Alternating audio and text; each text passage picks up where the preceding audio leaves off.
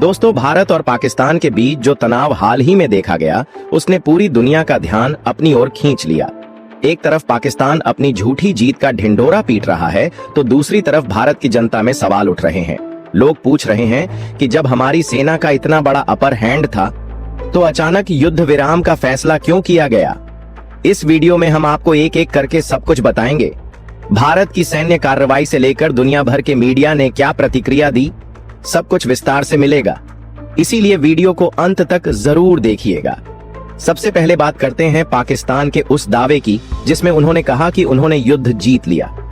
चलिए आपको सच्चाई बताते हैं। सबसे पहले पाकिस्तानी आतंकियों ने भारत के श्रीनगर के पास एक बड़ा हमला किया। इसमें कई आम नागरिक मारे गए। इसके ठीक 10 दिन बाद भारत ने ऑपरेशन सिंदूर लॉन्च किया, जिसमें पाकिस्तान के अंदर घुसकर 12 से ज्यादा आतंकी ठिकानों को तबाह कर दिया गया। पाकिस्तान का एयर डिफेंस पूरी तरह फेल हो गया। कई बड़े आतंकी मारे गए। सोशल मीडिया पर खुद पाकिस्तानियों ने इन हमलों के वीडियो डाले। भारत ने सिर्फ यही नहीं किया, बल्कि पहली बार पाकिस्तान के एयरबेस पर ब्रह्मोस मिसाइल दागी गई। ये मिसाइल इतनी तेज है कि पाकिस्तान के पास इसका कोई जवाब नहीं था। मिसाइलें सीधी जाकर उनके मिलिट्री बेस और कंट्रोल सेंटर्स पर गिरीं। अब पाकिस्तान ने भी जवाबी हमला करने की कोशिश की। उन्होंने सैकड़ों ड्रोन भारत की तरफ भेजे, लेकिन भारत के डिफेंस सिस्टम जैसे स्वदेशी रक्षा कवच और S-400 ने उन्हें हवा में ही मार गिराया। एक भी शहर को नुकसान नहीं पहुंचा। जवाब में भारत ने भी कामिकेज ड्रोन छोड़े, जो पाकिस्तान के अंदर जाकर टारगेट पर फटे और भारी तबाही मचाई। लेकिन फिर भी भारत की तरफ से बयान आया कि हम युद्ध नहीं चाहते, हमारा मकसद आतंक के खिलाफ लड़ाई है। तभी पाकिस्तान ने एक और हरकत की। उन्होंने एक बैलिस्टिक मिसाइल दिल्ली की तरफ दागी, लेकिन भारत ने उसे भी हवा में रोक लिया। इसके बाद भारत ने जो किया वो पूरी दुनिया ने देखा। पाकिस्तान के कई एयरबेस, बंकर और आतंकियों के ट्रेनिंग कैंप तबाह कर दिए गए। यहाँ तक कि पाकिस्तान के प्रवक्ता ने रात 3 बजे प्रेस कॉन्फ्रेंस करके माना कि नुकसान हुआ है। भले ही उन्होंने कोशिश की कि नुकसान छोटा दिखाया जाए।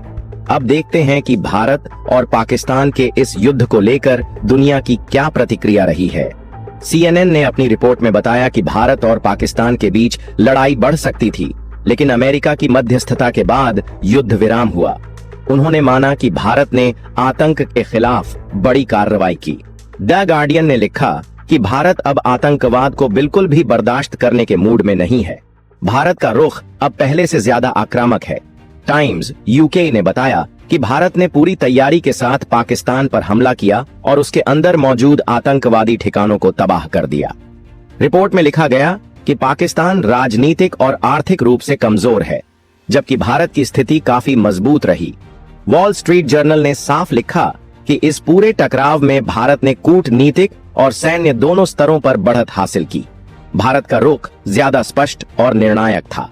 अल जजीरा, जो अक्सर भारत पर सवाल उठाता है, उसने भी माना कि भारत ने सीधे आतंकियों के ठिकानों पर हमला किया और पाकिस्तान को दुनिया के सामने सफाई देनी पड़ी। लेकिन सभी अंतर्राष्ट्रीय मीडिया संस्थानों ने सीधे तौर पर यह नहीं कहा कि भारत जीता।